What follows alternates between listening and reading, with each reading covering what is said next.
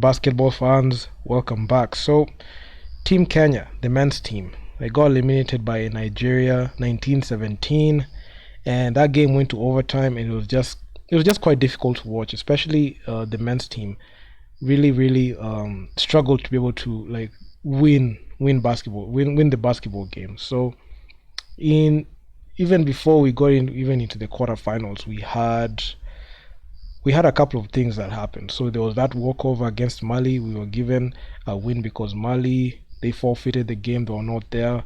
Then we went ahead to play against Benin. We lost by 2 points. That was just the opening game that we touched the floor, just trying to get a feel of the game. Ariel Ortega hadn't found his 3 point shot. We're just trying to find a way to be able to get a win in there. So kind of it was just like the first game. It's just the first game. You're just testing out things, how plays were supposed to be run. So the men's team were just doing that, which was understandable. Then we had the Kenya versus Madagascar game. I was watching this game keenly because in the first 2.5 minutes this game was just high tempo. Every single team was just throwing blows. When we scored, Madagascar scored like that. It was just I can say it was somewhat high scoring in the first opening minutes. Then, as the game progressed, we were not able to withstand anything that Madagascar were throwing at us, and we kind of lost our legs in the middle, and we lost that game. So we lost that game by 1 point. So it was a very close game. Then we had a lucky game that we won, Morocco versus Kenya. So we were up by 1 point. Then Team Kenya had the stroke of luck with Morocco missing the free throws. So we had that if the Moroccan team did not miss their free throws, wouldn't have gotten a chance to be able to do anything, and that game would have lost. So it was just by sheer luck we won that game. Then we had that game against Nigeria into overtime, and honestly, I can just say like the men's team, even when it came to like the selection, it left a lot of question marks. I know these guys left it all on the line, especially when it came to playing.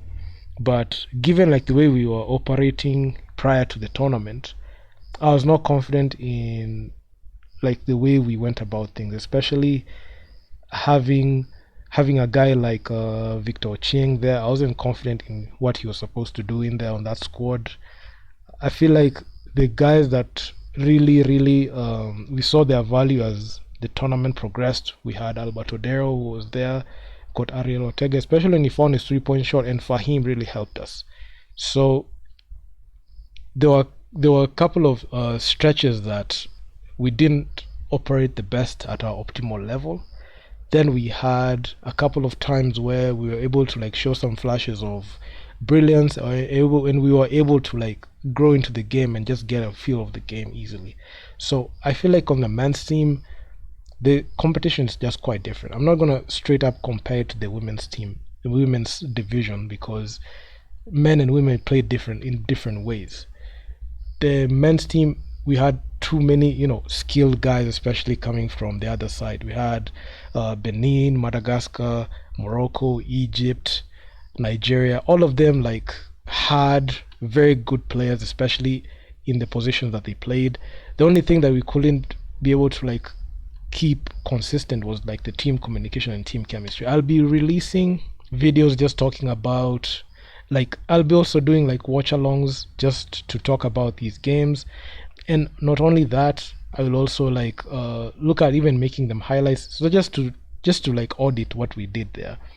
But full credit to the players, because they did their best. Even given like the situations that were presented, we're still able to like make it respectable, because there are times where I was watching the games were very winnable, even despite losing the games.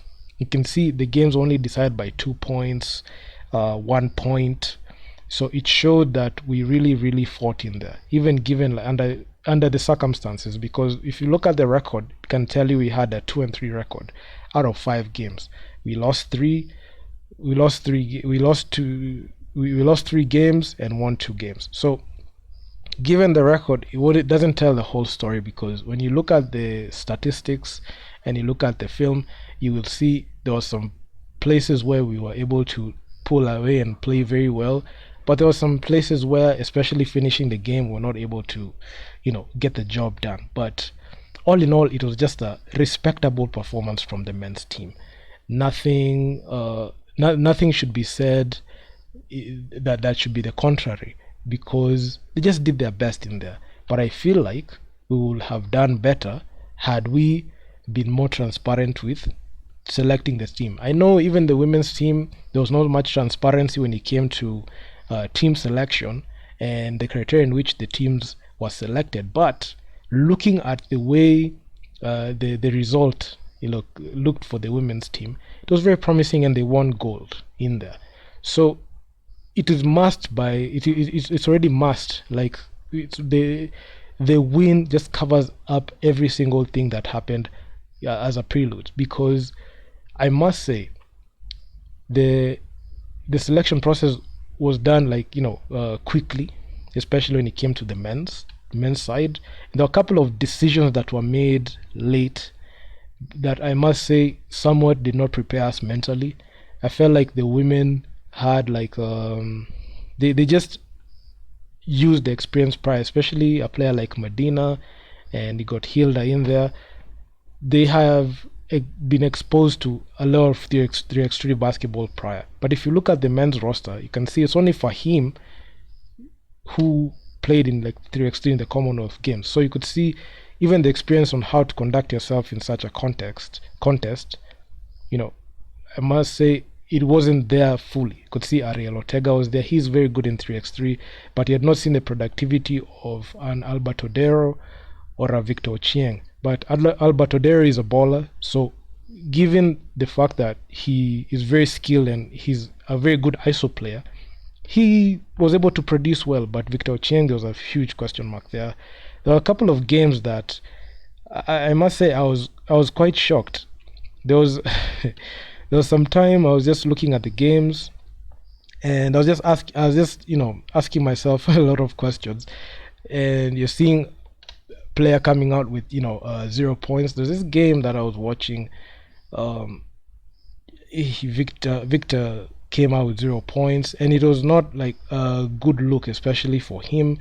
And given the way the tempo of the contest was just everything was just going on fast, I must say it wasn't a good look. The game against Morocco, 0.6 rebounds, 0 on 2-point field goals, 0 on 1-point field goals.